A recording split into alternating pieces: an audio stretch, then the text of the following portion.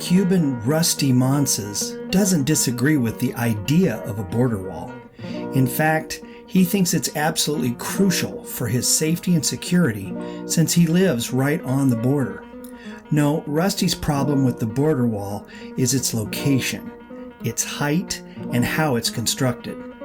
Rusty has seen it all in his 70-plus years living along the Rio Grande River near Brownsville, Texas, and would fully support a wall that wasn't as tall, was located on the border, and that was constructed in such a fashion as to actually stop people from crossing it.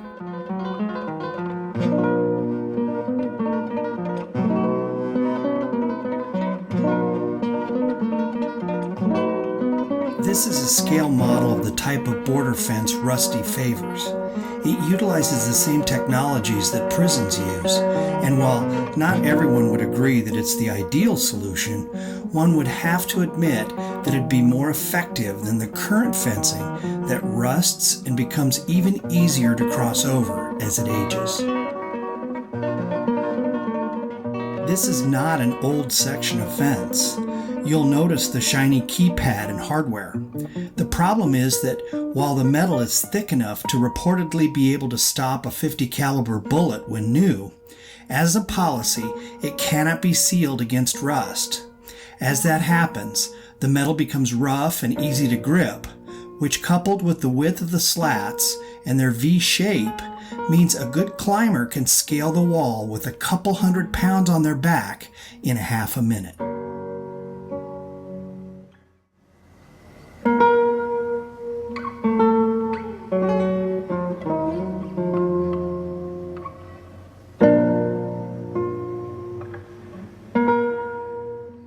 Cuban met me in a local convenience store restaurant. He said the farm was too hot to conduct an interview.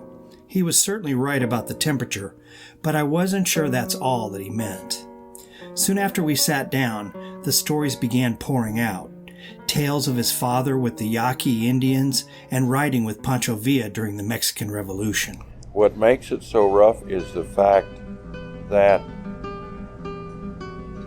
historically, the area, at least where the farm is at, has always been a location where it was easier to cross from Mexico into the States. Short distance from the river to the property, and then from the property to a road. Easy access. This goes back. This goes back to, well, from the time when my dad was in the revolution in Mexico. He heard about this location about 1924. Okay? So this area is nothing new. It's always been there because, for one, a specific reason, the river bottom in that area is hard. What they call a hard bottom. You can cross cows, you can cross wagons, you could physically cross when the water's down to nothing, and not have to worry about quicksand. Other areas, upstream or downstream, are soft sand. You have that problem. Now, that is part of the history of the property. On the average basis, like I say, it's pretty quiet. Yesterday afternoon was the exception to the rule because of the fact that the people came up like they did. I was parked in the driveway 70 foot, 100 foot from the road. This vehicle comes up, I see it. I see the people coming around, they're running for the truck. I get out with my phone, which, I love cricket. It decided it wasn't going to work. The guy didn't know that. I got his tag number, I got the description of the vehicle, I got the number of people, and I turned it in. In the process, he saw that I told him what I was going to do. That was when the threat came out. And I believed him. Because there's an intent when somebody looks at you, I figured that he might. So last night I bugged out. I called the SO and I called the Border Patrol, told them what I was doing. They said, fine, don't worry about it. It's okay. You're covered. Okay, what's wrong with the current border wall, number one, is the location. Where it was placed, because it was not done from a law enforcement aspect.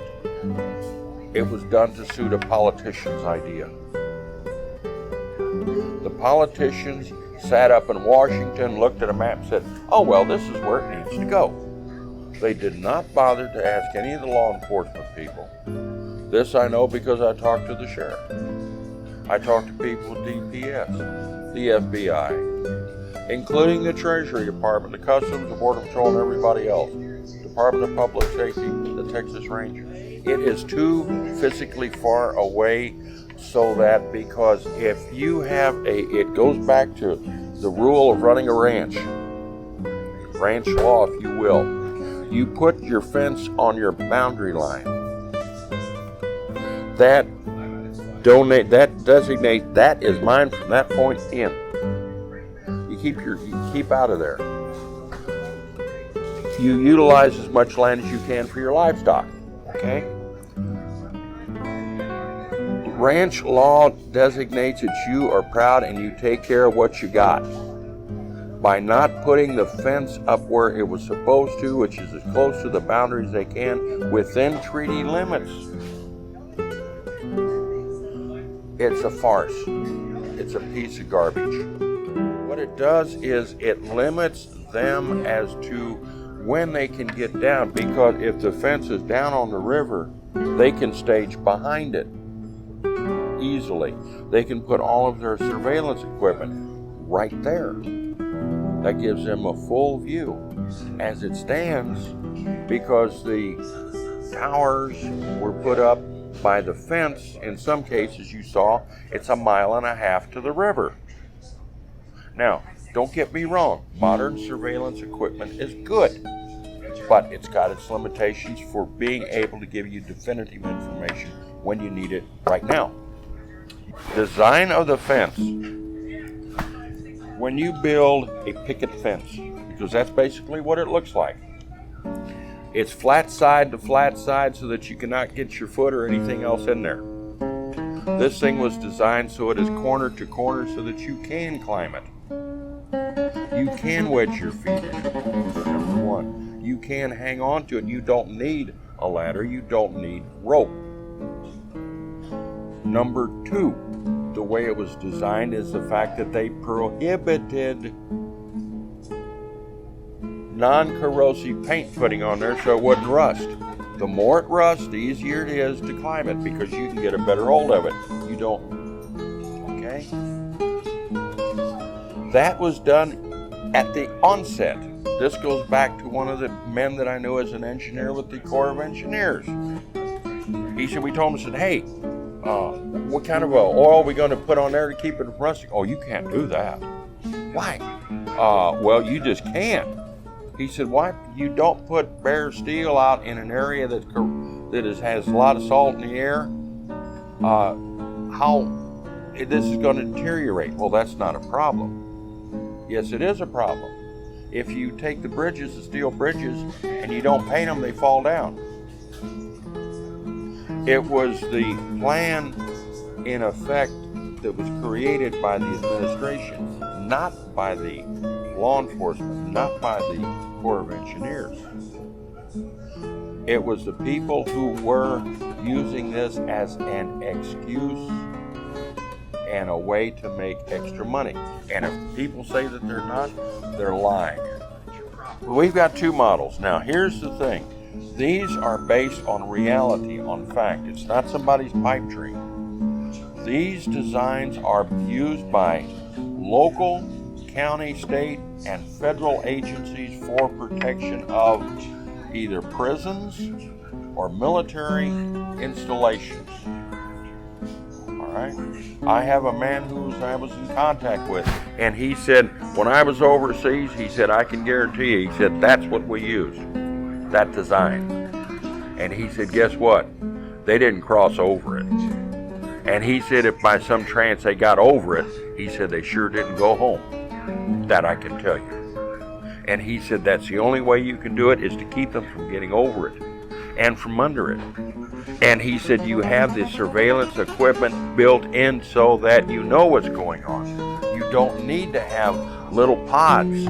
A guy can walk around with his phone and switch from camera to camera to camera as he's walking, so he knows what's up ahead. My dad came down to Brownsville with the family with his dad in 1906. My dad was born December the 7th, 1893, and to make a long story short, the bombing of Pearl Harbor, December 7th, was his birthday. His mother died from stress on the 10th of December, 1941.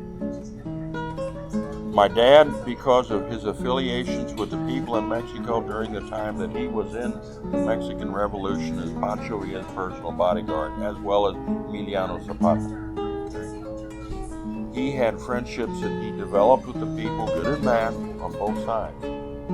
They came to my dad, one of the governors from Guanajuato, Grimaldi, and there was a couple others from state of Sonora, state of Chihuahua. Now,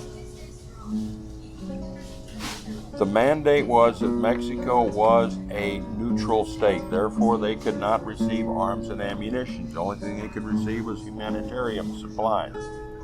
But they did know for the fact, and I checked with other historian military men from that era, that there were groups from Germany, Japan, and Italy formed up because they knew the fastest way to get to the States is through Mexico. The same what we're dealing with now. Fort Brown was activated here in Brownsville. The CO came out with a couple of bigwigs farther up the line to the farm at night. And everybody was met at the farm because it was a good place to go to. It was easy to watch. Mom and Dad told me that the object was, how do we get stuff into Mexico without getting caught? Because it's violation. All right? So they came up with this plan. They would lose it basically at Fort Brown at night. Oh, gee whiz, where'd the warehouse go? Hoorah. It goes out to the farm. They would load it up, cover it down with tarps, and then that night or the following night, they would get it into Mexico. My mom and dad crossed over the bridge, would meet with the partisans that my dad trusted, and then they would take these arms and ammunition, munitions, supplies, and start decimating them, funneling them out to the partisans who did not want anything to do with the European fascist groups. This went on during the duration of the war. At the end of the time, my mom and dad did all this transporting and everything at their own pocket. They didn't ask for a nickel. They didn't get a nickel in return.